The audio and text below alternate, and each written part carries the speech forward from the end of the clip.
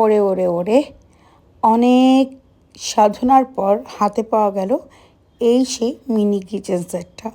এটার জন্য দুদিন যাবৎ মাথা খারাপ করে দিচ্ছিল মেহরুন। আর এইদিকে ফ্রিজি আমি আর ওর বাবা মিলে এটাকে আনবক্সিং করছিলাম। এটার জন্য কালকে বকাও খেয়েছে, বারবার একই কথা, এটা আমার চাই চাই। তারপর তাদেরকে অর্ডার করলাম, নেন হচ্ছে হাতে পেলাম। হাতে পাওয়ার পরে দেখলাম জিনিসটা সত্যি অনেক কিউট, সুন্দর একটা স্মার্ট কিচেন সেট। আর এইগুলোর পার্টগুলো আলাদা আলাদা, সব কিছুকে সেট করতে হবে। কী আর করা, বকা যেহেতু দিয়েছি কিনে তো দিতেই হবে। তারপর এটাকে বসে বসে দীর্ঘ 1 ঘন্টা যাবত এটাকে আমি সেট করলাম।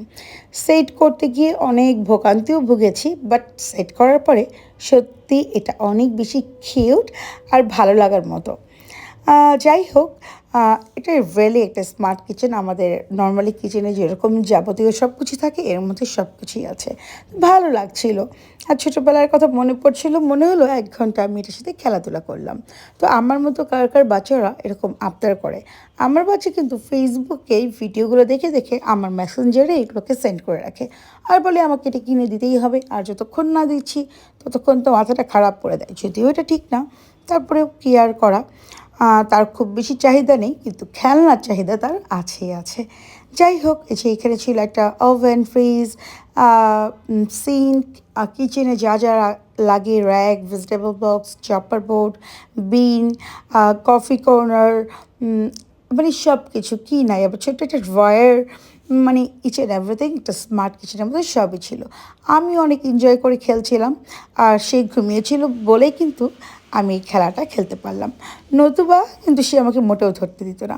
এই কারণে একটা মেনু ট্রেও ছিল, বাট আমি খুঁজে পাচ্ছি না। আর এই যে একটা সিঙ্ক দেখেন, এটাতে কিন্তু সুন্দর পানিও ফোর্স হয়, দেখতে কিন্তু ভালোই লাগে, মন্দ না। যাই হোক, এখন যুগ আপডেট হয়েছে, খেলনারও আপডেট আসছে। আর এইটা হচ্ছে তার মানে স্টোভ, কুকিং স্টোভ আর কি, চুলা, যেটাতে এরকম লাইট, মানে ওয়ান কাইন্ড অফ ফায়ারের মতো আগুন দেখা যায়।